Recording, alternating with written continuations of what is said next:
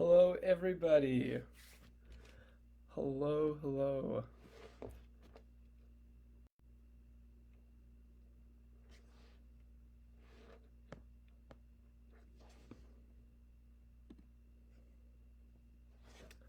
Welcome. Let's just wait here and get this going here.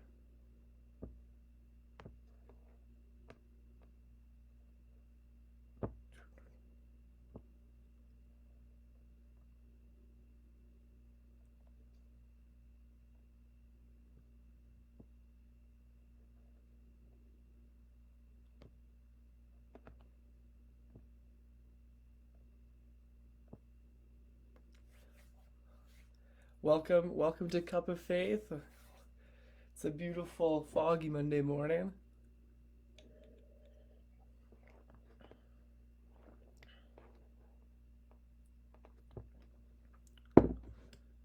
Fantastic.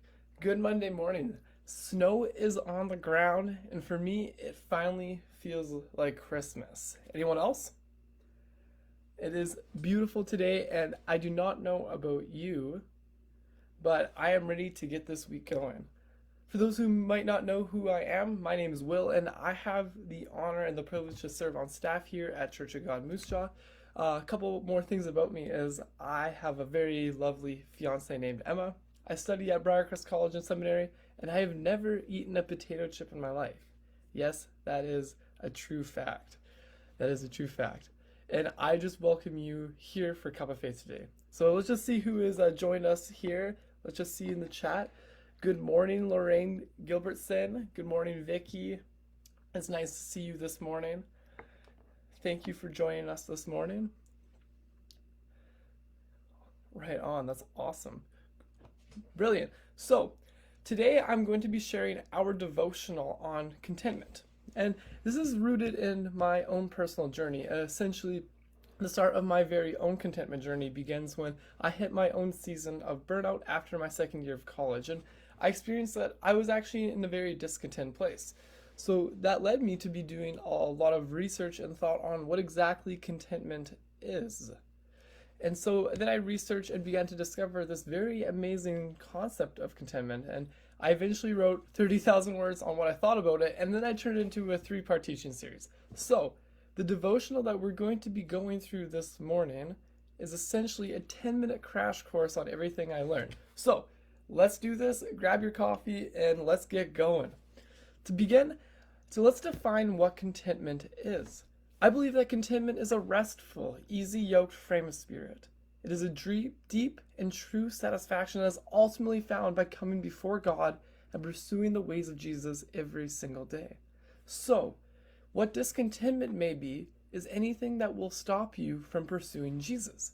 And you might be surprised, but those are a lot of things. For example, not having a good enough car, not having enough money. Maybe we do not have enough friends, or we feel like our life is just pointless. Maybe we do not have nice clothes like person A or person B. Or maybe we just cannot get off our phones. And based on the research that I have been doing recently, I have become very convinced that we are living in a very discontent world. And I've become convinced of this for a couple reasons. Number 1, the pursuit of financial wealth. Number 2, a society of prevalent materialism.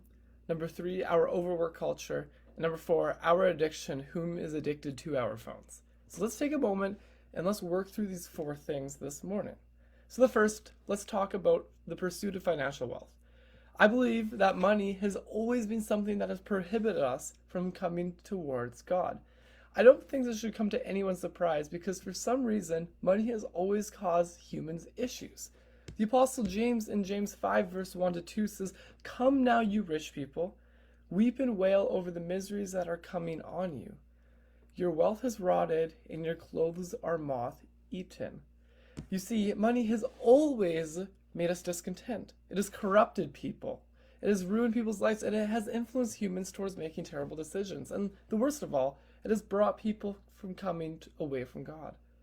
There's a good reason that the Bible consistently, strongly commands the love of money.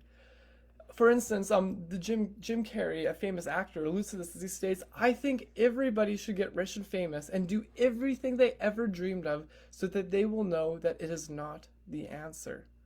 But you see, the writer of Hebrews truly calls us to something greater. The writer says, "Keep your lives free from the love of money and be content with what you have. Because God said, 'Never will I leave you, never will I forsake you.'" Hebrews 13:5. And number two, materialism. Have you all ever thought that it might be a bad thing that the average size of the American home has tripled in size over the past 50 years? Or that has recently been discovered that the average household in America has 300,000 items? Or perhaps that 3.1% of the world's children live in America, but they own 40% of the toys consumed globally? You see, these stats are scary, and although these stats are American, Canada is on the same pace as our American friends. And honestly, our odd addiction to always needing an excessive amount of stuff has only been elevated in our current cultural moment. In Regis Foster's book, The Celebration of Discipline, Foster states that in today's world, we are made to feel ashamed to wear clothes or to drive cars until they're worn out. Could this be true? That having that cabin, a bigger house, or the new minivan for the kids, or maybe that long dream sports car could actually give us a deep wealth or deep contentment in God? I don't think so. More importantly, I do not believe the Bible thinks so either. As the writer of Ecclesiastes says, God made man simple. Man's complex problems are his own devising. And number three, overbusyness. I think this is honestly the one that hits me the most personally, to be quite honest, and will always cause me the most dissatisfaction, the most discontentment in life. Society tells us that we should find our value in how much we do. If we can get that job promotion or perhaps that pay raise, we will finally find deep contentment. But this is simply a false dichotomy, because we can only find our contentment and meaning in Jesus. He's the only one who can give us true rest and, more importantly, true life. An ancient Puritan pastor from the 1500s by the name of Jeremiah Burroughs says something that is so good. You need to listen to this. He states in a quote in the 1500s in his book called The Secret Jewel of Contentment, says, "A soul that is capable of God can be filled with nothing else but God." A soul that is capable of God can be filled with nothing else but God. I love that line. And Jesus, more importantly, invites us to true rest in the Gospel of Matthew, which may be my favorite passage in the Bible right now. Jesus states, "Come to me, all you who are weary and burdened, and I will give you rest. Take my yoke upon you and learn from me, for I am gentle and humble in heart, and you will find rest for your souls. For my yoke is easy and my burden is light." If we come onto him, we will without a doubt find rest for our souls, a gratifying and true rest. Not something that is overly busy in a rush and that pushes us towards more, but sometimes perhaps less. And lastly, phones. I think this is perhaps the most current and relevant cause of discontentment, our addiction to our smartphones. I think this is perhaps the most interesting because it was only in 2007 that Steve Jobs changed the lives of so many with the iPhone. Now, most of us cannot even imagine life without it. Take this. An American adult spent an average of 3 hours and 43 minutes a day on their smartphone, compared to the 7 hours and 22 minutes a day that our emerging generation spends. To put that into perspective, that for an adult, that's 26.25 hours a week, 1,369 hours a year on the phone. For the emerging adult, aka me, that is 52.5 hours a week, 2,737 hours a year on our phone. I interviewed a 15-year-old teenager for this stuff, and he stated that his daily screen time on his phone was a daily average of 6 hours and 45 minutes. But he continued to state, "But Will, other people, more specifically girls, spend 16 to 19 hours a day on their phones." You see, if this is true, this is scary. I sometimes think that we forget that our phones do not work for us, but perhaps they work for a multi-billion-dollar corporation in California. Do we really think that our phones will give us the contentment we are trying to pursue? Now, the Bible calls us to something much greater than a phone addiction. As the Apostle Paul states profoundly, "But godliness with contentment is great gain." For we brought nothing into the world, and we can take nothing out. If we have food and clothing, we will be content with these. You see, we brought nothing here, and we cannot take nothing out. Paul states that we only need food and clothing to be content. And I might add shelter as well in Canada, as it's wet and cold here most of the year, as we see outside. But I really do think the Apostle Paul means it when he states that we really don't need that much. I often think that we would not only be okay without our phones, but perhaps better without them. And so the question now is, what else causes us discontentment? And I really believe that anything can cause discontentment within us as human beings. As humans, it seems that there's a natural tendency to be discontent. And the way that we become content is only by pursuing contentment through the ways of Jesus. But I want to clarify one thing. There is a time and a place that we should actually be discontent. And I call this holy discontentment. We must always be pursuing a call to be more like Jesus, focusing our lives into the way of Jesus. You see, if we were content with the person who we are, then we would have an excuse not to be more like Jesus. In other words, we must be content in Jesus and not ourselves. But when it is not holy discontentment, discontentment simply holds us back from pursuing Jesus, and it ultimately takes us away from the gospel. You see, we mysteriously and naturally are discontent. And when we try to pursue contentment and satisfaction through anything but Jesus, this will ultimately cause us to be in a more shallow, dissatisfied state.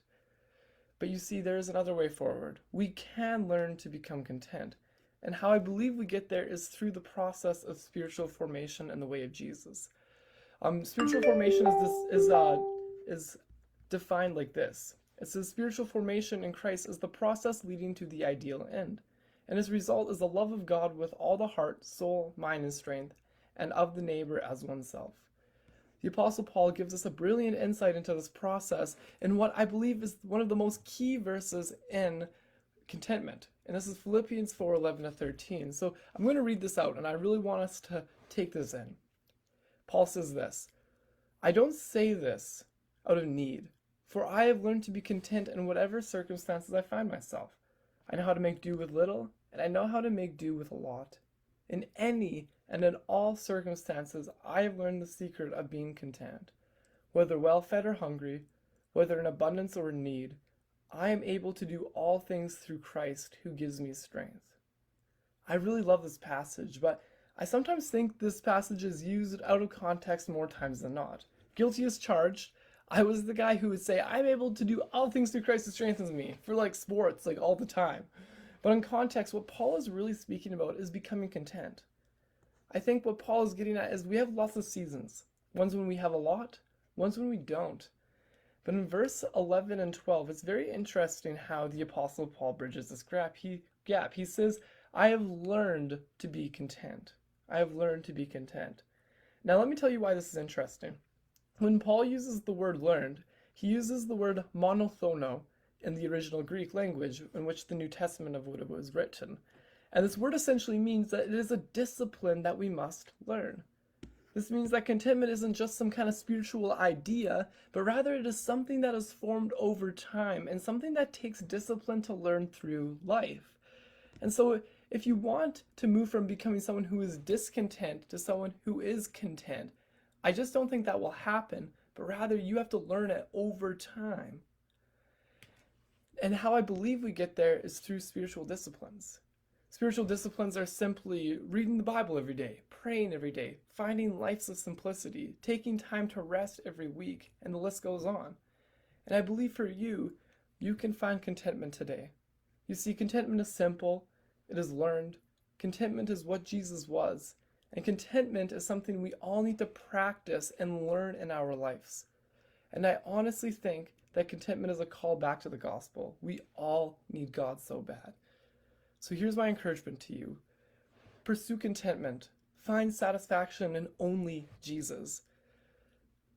And I really want to encourage you guys to really, find your contentment in Him and not to pursue that outside of Him. So, that is all I have for you today. And I really want to thank you for joining me online today as we usually just say around here, feel free to share this and get this out to your friends.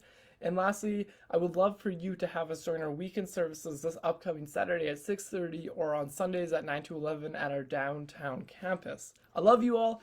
Have a blessed day, and thanks again for joining with me and this cup of faith. So, peace out. See you later.